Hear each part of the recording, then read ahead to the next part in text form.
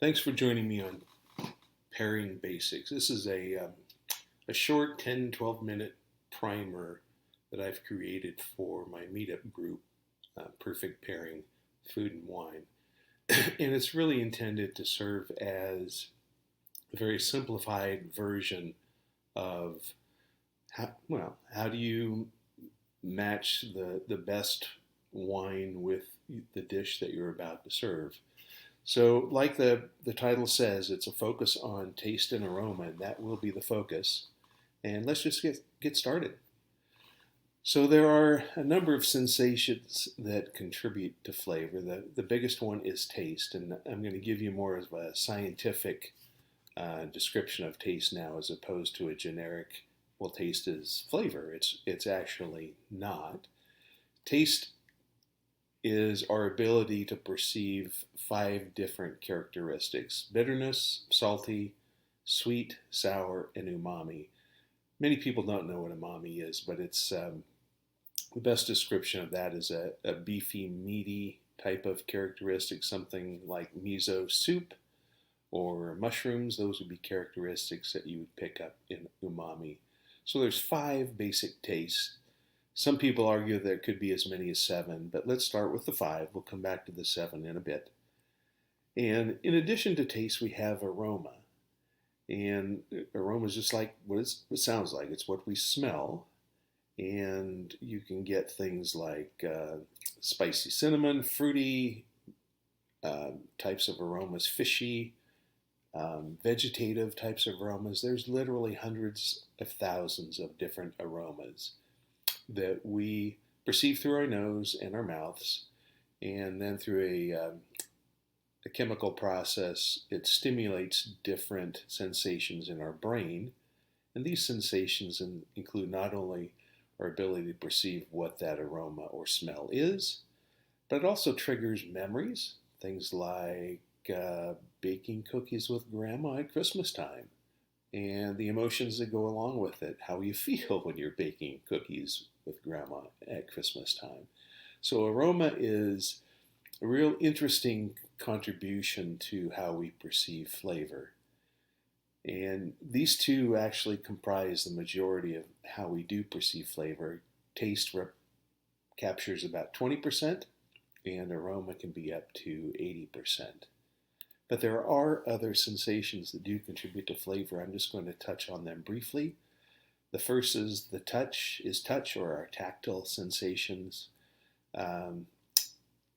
Avocado smoothness or crunchiness of granola, chunkiness of salsa, all those things go into how we perceive different foods to taste. In addition to touch, though, we have things like what we see and what we hear. And color is a great example of things that we see and how it predisposes our opinion of something. For example, if we see something that's yellow, we think of sour because of our experiences with lemon. We think of red, we think kind of a bright, ripe fruit.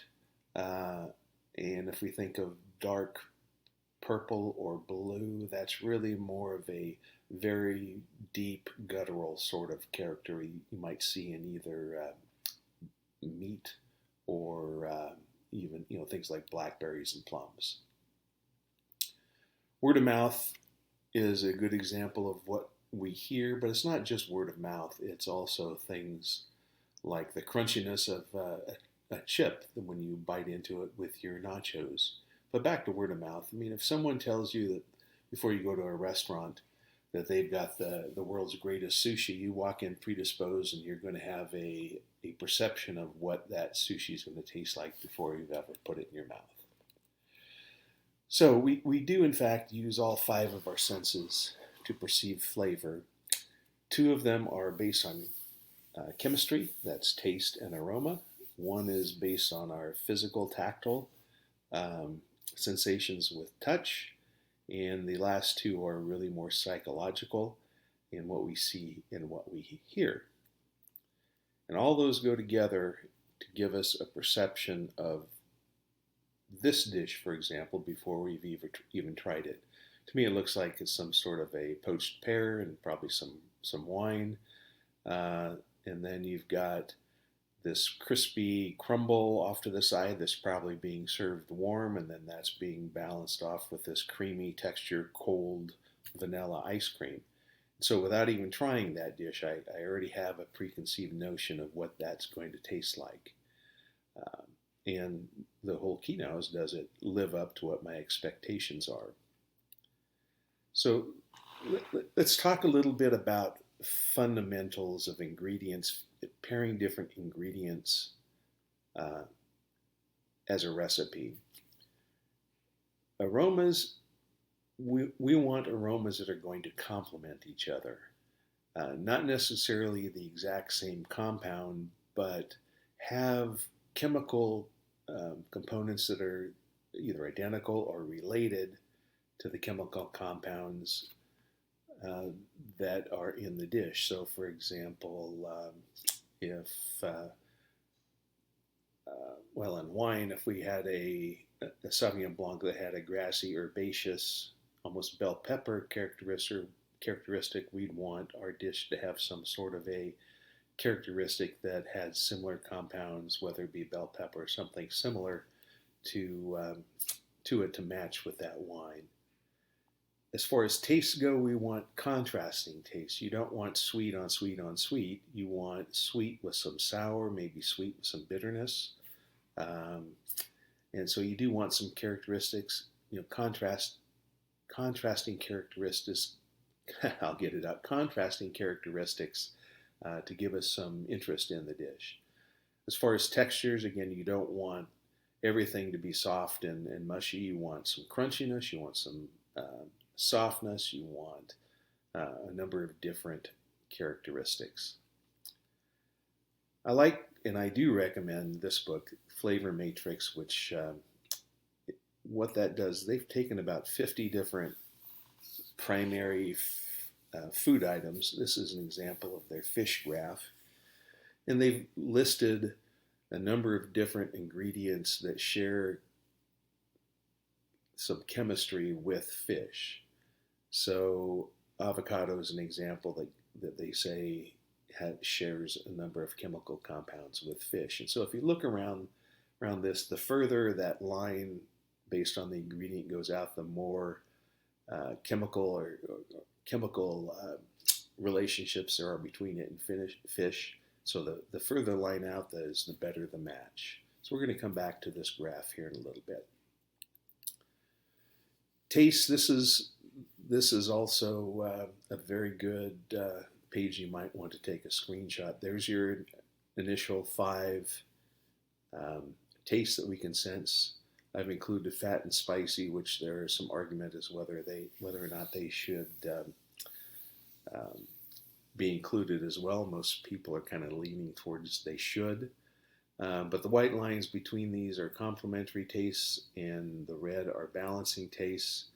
So if we want contrasting tastes, we should be looking at the white lines, the red lines.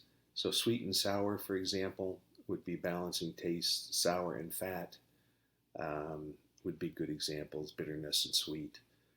So another good page here that you may want to screenshot. So with those 2 fundamentals, now the question is, how do we pair the wine with these different recipes and dishes and so forth? And really you want to think of wine as being another ingredient. If we look at the taste components, here's a couple of suggestions. Acidic wine or crisp wine usually goes best with something that's a little bit sour. So for example, if you're doing a chicken piccata with some lemon, you don't want a big buttery oaky Chardonnay, because that's going to be a balancing taste that is going to hide some of that crispness and that freshness that you want from the lemon and the chicken. You probably want something a little brighter, crisp, like a Sauvignon Blanc or an Albarino. Spicy dishes need sugar, so you've probably all seen or heard Asian dishes, especially spicy Asian dishes, how a Riesling with a little bit of residual sugar is a good balance. Salt in your dish, is a great complement to most wines because it expands the flavor profile of the wine. Sweet pairs with sweet, it does. Only thing is, if you're having a sweet wine with a sweet dessert, is you want to make sure your wine is sweeter than the dessert. And the one I get asked about often is, why does prime rib always taste best with a red wine? And the answer to that is the tannin and the bitterness of the red wine balances out the fat in the prime rib. And so that's a very, very good pairing and complementary of each other. So that's just an example of using this tasting wheel and how we can kind of guide our different flavors to give us the best overall pairing. But last, and probably the most important, is you want to match the prevailing aromas or flavors. And again, like I told you, there's hundreds of thousands of different aromas. And that's really 80% of what a flavor is. So that really is the most important part of pairing food with wine. So if I go back to this fish graph from the flavor matrix, and we actually just blow up the upper left-hand corner, you can see that capsicum is an example of something that goes well with fish. Capsicum, if you're not familiar with this, bell pepper. That is pepper, actually. And so pepper goes with fish. It shares a lot of the same chemical compounds. So again, looking for a wine that shares those compounds will enhance your fish dish. Something like a cilantro or a fresh herbal sort of thing, not necessarily cilantro, but it could be a mint. It could be a number of different different herbs that you can find those characteristics in wine as well. So that's something to be on the lookout for. And you say, but how do I find that in wine? And so here I'm just flipping the table on you a little bit. This is UC Davis's wine aroma wheel, another good opportunity for a screenshot. But Dr. Ann Noble put this together over a number of years and helped people describe the taste sensations that they experience in wine. And while this is not all inclusive, it's a good place to start. And so if you actually kind of look at this herbal vegetative characteristics for wine, you can see the bell pepper, mint, freshly cut green grass. Those are all characteristics that you can often find in various wines. Things like, you can find it in things like the Verdejo out of Rioja in Spain, or a Sauvignon Blanc out of New Zealand, or even California. So those are characteristics that are very, very common in wine. And so there's a good example. That's how you want to put together wine as a flavor ingredient and pair that with food. And so the objective, obviously, is to put something together that everybody enjoys.